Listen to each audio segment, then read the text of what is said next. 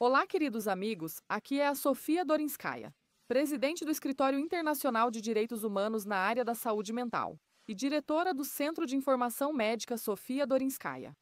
Hoje eu quero conversar com vocês sobre a natureza dos ataques de pânico, crises de medo, aquele estado em que a pessoa não consegue respirar, como se não conseguisse puxar o ar. Crises de medo, de morte. Estado de batimentos cardíacos acelerados de repente. Ou quando você está dormindo à noite e de repente sente um aperto horrível no estômago e você não entende.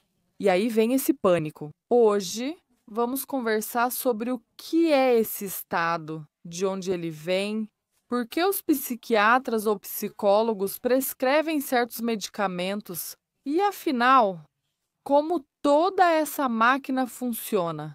Então, vamos primeiro analisar qual parte do sistema nervoso está ativa quando a pessoa sente horror, medo, ansiedade e assim por diante. Na pessoa, a parte do sistema nervoso que está ativa é chamada de sistema nervoso simpático. Esse é exatamente o estado do organismo humano, vou repetir mais uma vez, é justamente o animal que compõe o que traz a pessoa de volta. Se quiser, sim, esse é o nosso organismo. Quando o organismo está em estado de ansiedade, medo, expectativa, perigo, é o sistema nervoso simpático que está funcionando. Emocionalmente, isso é descrito como o estado de lutar ou fugir. Essa é a intensidade das emoções. Essa é a amplitude, a sensação da pessoa, porque o ser humano, afinal de contas, não é um animal. A pessoa percebe que está sentindo alguma ansiedade, medo, e é justamente aqui que o sistema nervoso simpático entra em ação. E de onde vem esse estado, afinal? Agora eu vou pedir para você responder a uma pergunta simples, especialmente para as pessoas que sentem essas ondas repentinas de pavor, medo, crises de palpitação e assim por diante. Na sua opinião, você acha que a sua vida representa uma ameaça para você? E eu acho que todas vocês vão responder a essa pergunta. A sua vida é sim. Você sente a sua vida como se ela fosse uma ameaça constante? Você está sempre esperando por problemas. Está sempre esperando que os preços aumentem. Que agora, a partir do ano novo, as contas de serviços públicos vão subir. O que vai acontecer com o trabalho? O que vai acontecer com o salário? Como será o futuro dos seus filhos? Se agora existe alguma situação, então você precisa se preocupar com isso. Você precisa se preocupar se a sua família está forte, se está tudo bem entre você e seu marido ou esposa, e assim por diante, e assim por diante. Ou seja, se você analisar a sua vida, você está constantemente vivendo em um estado de terror crônico, ou medo, ou ansiedade. E também pode-se dizer que você não se sente segura.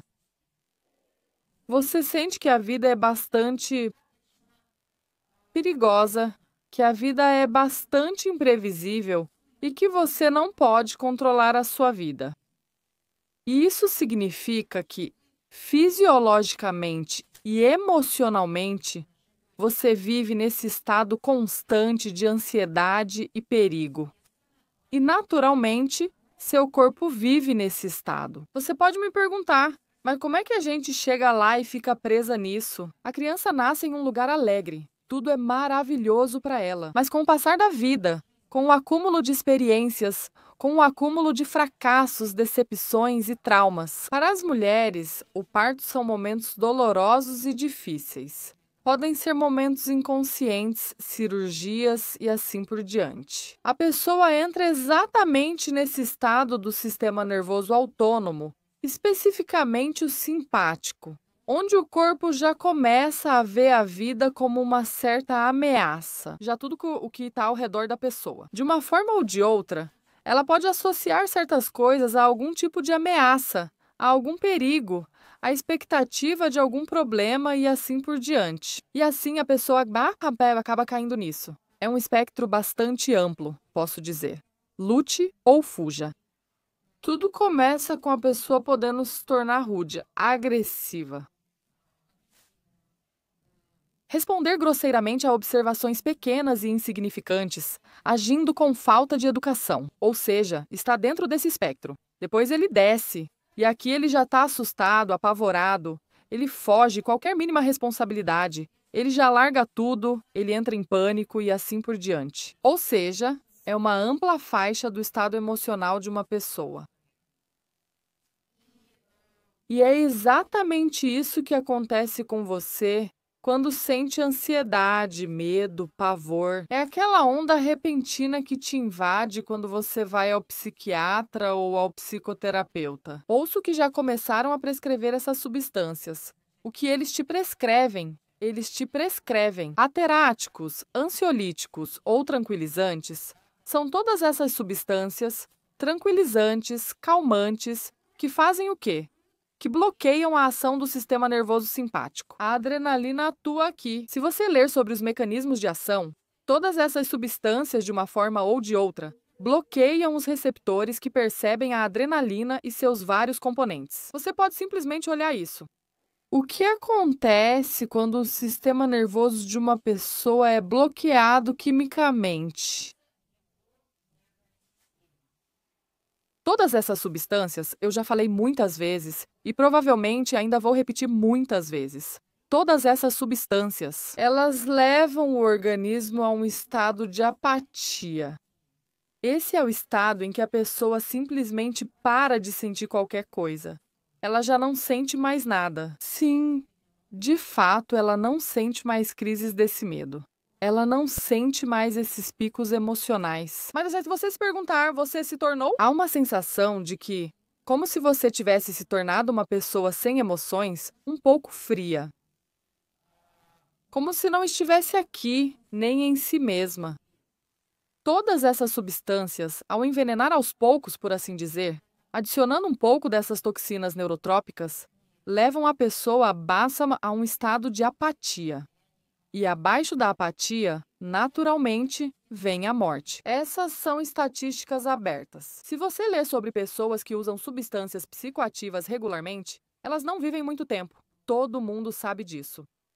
E esse é mais um problema, caso isso ainda não seja considerado um problema. O que acontece quando você tenta parar de usar essas substâncias? Esses ataques de medo ficam ainda mais intensos. Eles aumentam ainda mais. Eles se tornam ainda mais agudos. Por quê? Porque quando você remove essa barreira química, o organismo ainda está aqui. E grosseiramente falando, ele pensa: meu Deus, eu estava liberando essa adrenalina. Na verdade ela não chegava lá. E o meu corpo está em estado de perigo. E o corpo libera uma dose dessas. O que você sente? Bem, é como se o coração fosse simplesmente pular pela garganta agora. E esse é realmente um estado horrível.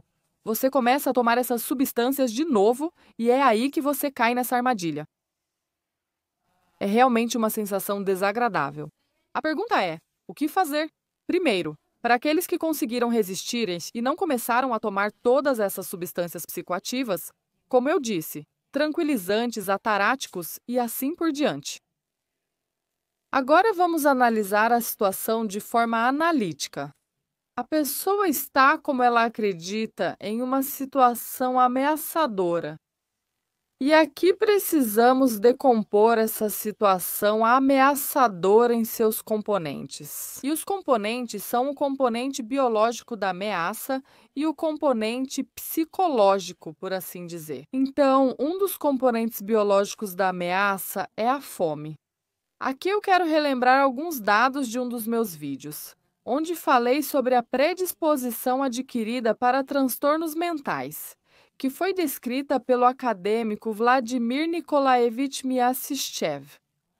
Ele descreveu que uma pessoa que adquiriu predisposição para transtornos mentais, basta uma diminuição de 10% no nível de açúcar no sangue para desencadear sintomas. Para causar um estado de neurose grave ou psicose, uma pessoa comum precisa de uma queda de 50% no nível de açúcar no sangue. Então, A fome é algo que você deve eliminar completamente. Neste caso, a comida é o seu remédio. O que isso significa? Queda de 10% no açúcar no sangue? Esse é o momento em que você está há mais de 3 horas sem comer. Portanto, sua má alimentação deve ser fracionada e distribuída, ocorrendo a cada 2,5 a 3 horas. Editora. O primeiro sinal de que você pulou numa refeição ou comeu pouco antes é o surgimento de tensão e irritabilidade. Quando você já responde a alguma frase comum com um "Ah, o que foi? É para tudo", aqui deve ser um sinal para você de que precisa ir comer, que precisa se alimentar. Nada de açúcar. Sua alimentação deve ser de muita qualidade, com proteínas, carboidratos complexos, vegetais, carne, ovos, queijos, enfim, esse tipo de coisa. Nada de açúcar, nada de doce. Eu vou explicar isso em outro vídeo, porque aí entram em jogo 2 sistemas. O sistema da insulina e o sistema do glucagon. São sistemas do metabolismo. Isso eu explico depois, em outro momento. Mas se você comer açúcar, vai piorar ainda mais essa situação com o nível de açúcar no sangue. Então, a primeira coisa que deve haver é a alimentação. Já vou avisando. Se você está fazendo alguma dieta e, por exemplo, não come depois das 6 da tarde, esse é o caminho direto para as suas crises de pânico, principalmente se já começaram em você. Se você acordou à noite por algum motivo e sente aquela onda de terror, aquela sensação de aperto no estômago, aquela palpitação, isso significa que, antes de tudo, você está com fome. Você deve avaliar essa situação com calma, de forma analítica.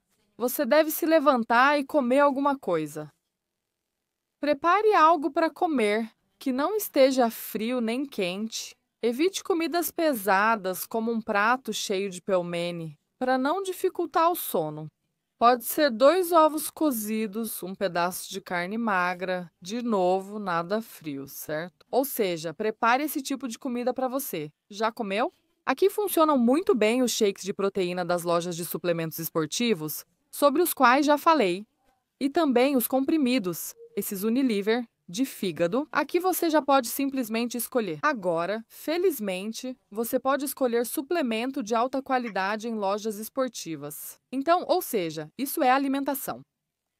O próximo passo é, sem dúvida, eliminar a deficiência de todos os nutrientes que uma pessoa possa ter. Ou seja, isso aqui é incondicional, porque as avitaminoses são outro fator que predispõe a pessoa a transtornos mentais.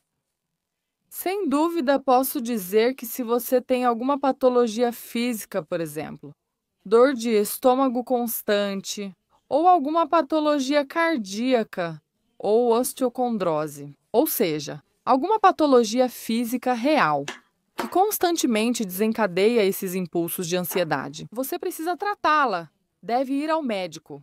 Se você tem gastrite, enterite e assim por diante, deve seguir rigorosamente suas dietas terapêuticas e prestar atenção ao que está comendo. Ou seja, aqui entra em jogo o seu médico responsável que vai investigar se você tem alguma patologia e assim por diante. Então, vou repetir. Você deve monitorar o nível de açúcar para que ele não diminua mais do que 10%. E isso envolve alimentação e eliminação de deficiências. Você deve tratar todas as suas patologias crônicas ou agudas. E o próximo passo é que você deve envolver sua mente aqui. O objetivo das ações é, de qualquer maneira, se empurrar, se elevar acima desse nível de vida perigosa, pelo menos se levar ao tédio. Claro, se conseguir. Então, para alegria, o que é preciso fazer para isso? Antes de tudo, você deve parar de assistir televisão, ficar nas redes sociais e ler todas essas notícias políticas assustadoras. E, em geral, qualquer coisa que te deixe chateada, sobre gatinhos e cachorrinhos infelizes. Não sei, tudo isso. Você deve desligar tudo isso. Você pode simplesmente fazer um experimento. Desligue tudo isso por 2 semanas. Simplesmente pare de acessar a internet, ligar a televisão, ouvir rádio. Simplesmente pare de fazer isso. O que você deve fazer? Você deve organizar sua rotina de trabalho e descanso para descansar bem. E no seu tempo livre, você deve sair para passeios, para caminhadas tranquilas. Na floresta, se você mora perto da água, então vá ao mar, ao rio. É importante visitar. Se você mora na cidade e é difícil chegar até a floresta, visite museus clássicos, sem aquelas pinturas sociais, sabe, que começam a mexer de novo com a alma. Museus, filmes tranquilos, ouça música, mas não aquele tipo tum-tum, tum-tum, tum-tum, 120 batidas por minuto, não. Música bem calma, que acalma e embala. Ou seja, você deve, com o esforço da sua inteligência, organizar sua vida de forma a eliminar ao máximo todos os momentos estressantes, irritantes e ameaçadores da sua vida. Em seguida, analise, por favor, o seu círculo social. Se houver pessoas com quem você não gosta de se comunicar, não se comunique com elas.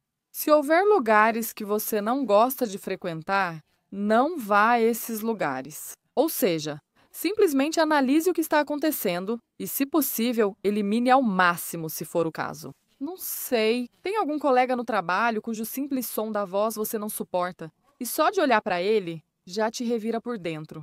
Vire sua estação de trabalho para não vê-lo. Coloque fones de ouvido e siga em frente. Eu nem conheço música clássica relaxante o bastante para nunca mais ver essa pessoa. Ou seja, organize sua vida de forma a eliminar ao máximo todos esses momentos que te deixam ansiosa da sua vida. Legendas por Dima Torzok. Ou seja, basta usar sua razão. Como que se empurrar para fora disso? E se você sentir esse tédio, acredite em mim. Nesse momento, você começará a ver como essas ondas de medo, essas ondas de terror começarão a recuar. E é isso que nós precisamos fazer juntos. Se você está tomando algum tranquilizante, claro, isso é difícil. Ou seja, você precisa entender isso perfeitamente. Sim, eles têm efeitos colaterais e as pessoas certamente não se sentem bem ao tomá-los. Se você parar de tomá-los de repente, pode ser atingida por uma onda de terror, medo, ataques de pânico e assim por diante. O que precisa ser feito, o que nós fazemos? Sim, ou seja, nós, enquanto as pessoas tomam suas substâncias, seus medicamentos psiquiátricos, elas eliminam estados de deficiência e filtram suas vidas dessa forma, para que nada as incomode. E quando os déficits são eliminados, já aos poucos, devagarzinho, elas começam a reduzir essas doses. Mas o corpo já tem recursos para lidar com essa liberação de adrenalina, para que isso aconteça de forma mais ou menos tranquila. Eu conheço pessoas que, pela força de vontade, mas geralmente são pessoas jovens.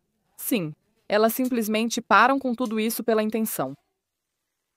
E elas passam por essas situações difíceis. Elas aguentam isso. Mas se, depois que você parou, não corrigiu as deficiências de nutrientes, você não vai se sentir muito melhor depois disso. Por quê? Porque todas as substâncias psicoativas, vou repetir mais uma vez, o mecanismo de ação delas é justamente criar deficiências de nutrientes. E as próprias deficiências de nutrientes, isso já é dor. É aquela dor que mantém o organismo nesse estado de lutar ou fugir. Mas essa dor, essa deficiência, ela ainda não afeta tanto o corpo. Ou seja, se você fizer um exame, seus órgãos estarão saudáveis. Mas a dor celular, essa dor dispersa ou disseminada, também pode ser chamada assim, sim, dispersa. É ela que vai te manter nesse estado de medo. Por isso, se puder, elimine as deficiências de nutrientes. E todos os seus esforços devem ser direcionados para que seu estado, seu corpo e sua mente devem, por assim dizer, ser empurrados para fora dessa situação e levados pelo menos ao tédio. Espero que este vídeo tenha sido compreensível. Se vocês tiverem dúvidas sobre o assunto, por favor, mandem para o meu site. porque assim elas chegam diretamente no meu e-mail e eu posso trabalhar com essas perguntas. Espero ter explicado de forma clara. Claro, é sua decisão tomar certas substâncias ou não, mas você sempre deve entender as consequências disso. Você sempre deve entender o preço que se paga por isso. Espero que o vídeo tenha sido útil. Sou Sofia Dorinskaya, tudo de bom. Até logo!